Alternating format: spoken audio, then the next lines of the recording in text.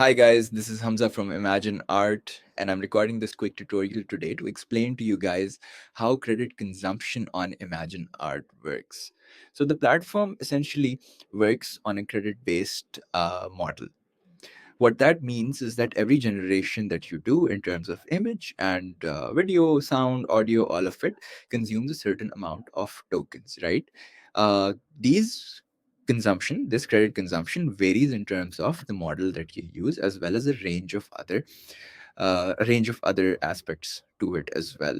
So I'm just going to quickly explain this to you. I'm going to click on the image button right here, which is going to take me to the image generation panel. Right over here, you can see how I can access all of my image and videos that I have generated over a period of time.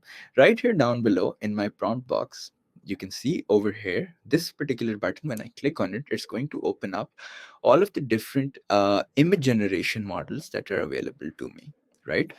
Below this, over here, you can see how the number 10 is written below ImagineArt 1.0, which is Imagine's in-house image generation model.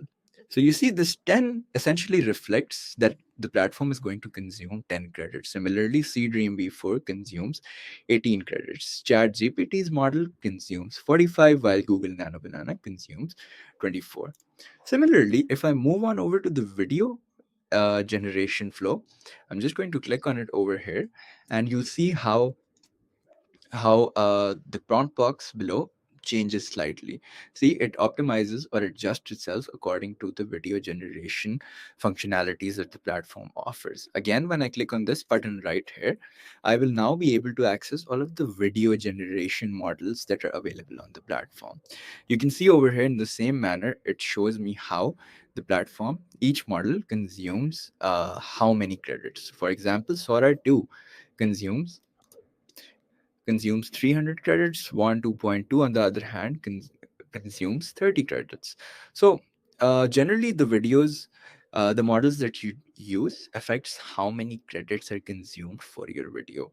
Certain models perform better as compared to other models, hence the higher credit consumption. So this will depend on what kind of a use case and what kind of the quality of generation that you're looking to do. uh, so this is how you can access the credits and access and understand how many credits are being consumed for each video or each model that you use for an image or video generation. Similarly, if you would like to see how many credits you have consumed on the platform over a period of time, you just click on your username over here and this pop-up is going to open. You can see how over here you can also see how many credits you have remaining. In my case, I have approximately 14,400 credits remaining. If I click on this usage analytics button, it's going to take me over to this particular page, right? And over here, I can see how many credits I've used uh, over a period of time, right? So you can see how all of the credits that I've consumed and all of the credits that have been added to my account, they're all available over here. Another thing, you can also adjust filters over here accordingly to see what features you're consuming the most credits on, what models you're consuming, and also filter in time. Another thing that you can put a filter on is for the transactions. For example, if I click on credits added, then you can see how I recently added 15,000 credits. That is going to reflect over here.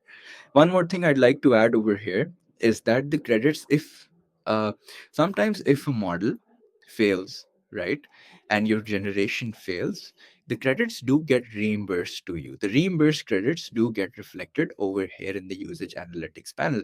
For example, on the 7th of October, I had two generations from Nano Banana fail, and you can see how it's been reimbursed to my account. 24 credits for every generation that failed.